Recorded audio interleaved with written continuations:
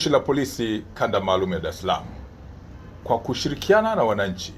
linaendelea kusimamia mifumo ya usalama ya kuzuia matukio ya kihalifu katika maeneo mbalimbali ya jiji la Dar es Salaam. Kwa ujumla, maeneo mbalimbali jijini Dar es Salaam yako salama. Hata hivyo, tarehe 24 mwezi wa 4 mwaka huu wa 25 majira ya saa 5 asubuhi huko maeneo ya Coco Beach, Oyster Bay jijini Dar es Salaam kwenye wilaya ya Kinondoni, mtu mmoja mwanaume anayekadiriwa kuwa na umri kati ya miaka 30 hadi 35 alikutwa akiwa kwenye mchanga wa fukwe wa bahari, hajitambui, huku akiwa amefungwa bandeji ngumu ya muda mrefu maarufu kama POP kwenye mkono wake wa kulia. Taarifa hiyo ilifikishwa kwenye kituo cha polisi na vijana wanaofanya biashara ndogo ndogo eneo lile, wapatao 4, ambao waliuona mwili huo wa mtu huyo ambaye hawamtambui wala hawajui makazi yake ni wapi. Polisi walifika eneo la tukio na kumchukua mtu yule, na baada ya kufikisha kwenye hospitali ya Mwananyamala ilitambuliwa na madaktari kwamba mtu yule alikuwa tayari amepoteza maisha.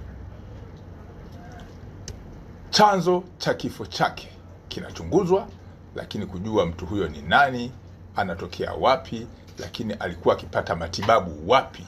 kuhusiana na mkono wake ule wa kulia ambao ulikutwa ukiwa na bendeji ngumu ya muda mrefu ambayo ni maarufu kama POP. Mwili wa marehemu huyo umehifadhiwa katika hospitali ya Kilwa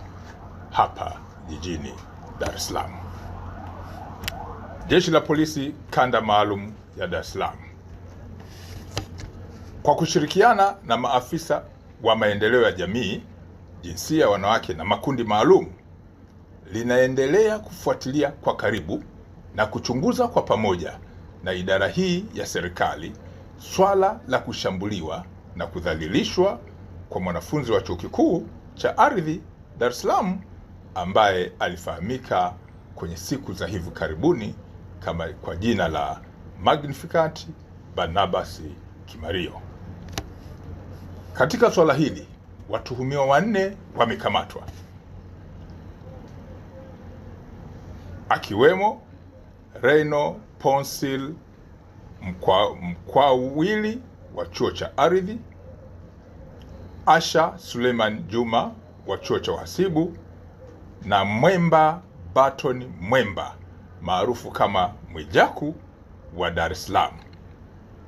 Watu hawa waliokamatwa ni 3 ambao wanatuhumiwa kuhusiana na swala hili